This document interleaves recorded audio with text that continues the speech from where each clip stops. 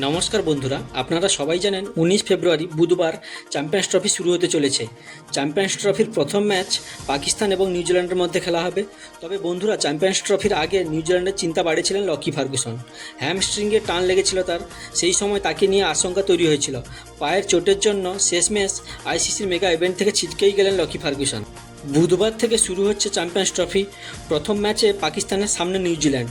Champions ট্রফির প্রথম ম্যাচের আগে বড়সড় ধাক্কা খেল কিউইরা। রবিবার করাচিতে আফগানিস্তানের বিরুদ্ধে একটি প্রস্তুতি ম্যাচ খেলার সময় ডান পায়ে অস্বস্তি বোধ করেন ফার্গুসন।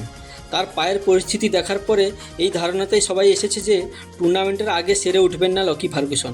তার পরিবর্তে কাইল জেমিসনের নাম ঘোষণা করা হয়েছে। সময়টা একেবারেই ভালো যাচ্ছে না কিউইদের।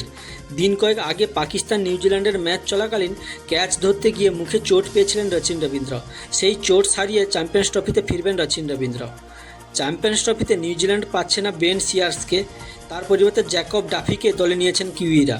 লকি ফার্গুসনের চোট যে প্রভাব ফেলবে নিউজিল্যান্ডের সাজঘরে তা বলাই বাহুল্য।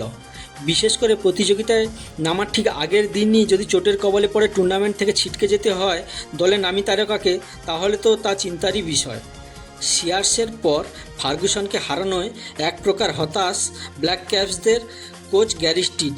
তিনি বলেছেন, লকি ফার্গুসনের জন্য খারাপ লাগছে। আমাদের বোলিং বিভাগের অন্যতম প্রধান অস্ত্র ফার্গুসন। বড় টুর্নামেন্টে ওর অভিজ্ঞতা কাজে লাগতো আমাদের। যদি নিজেও চ্যাম্পিয়ন্স ট্রফিতে খেলতে মুখেই ছিল। তো পাকিস্তান নিউজিল্যান্ড ম্যাচে কোন টিম জিতবে কমেন্টে জানিও এবং ভিডিওটিকে একটি লাইক করে চ্যানেলটিকে সাবস্ক্রাইব করবেন।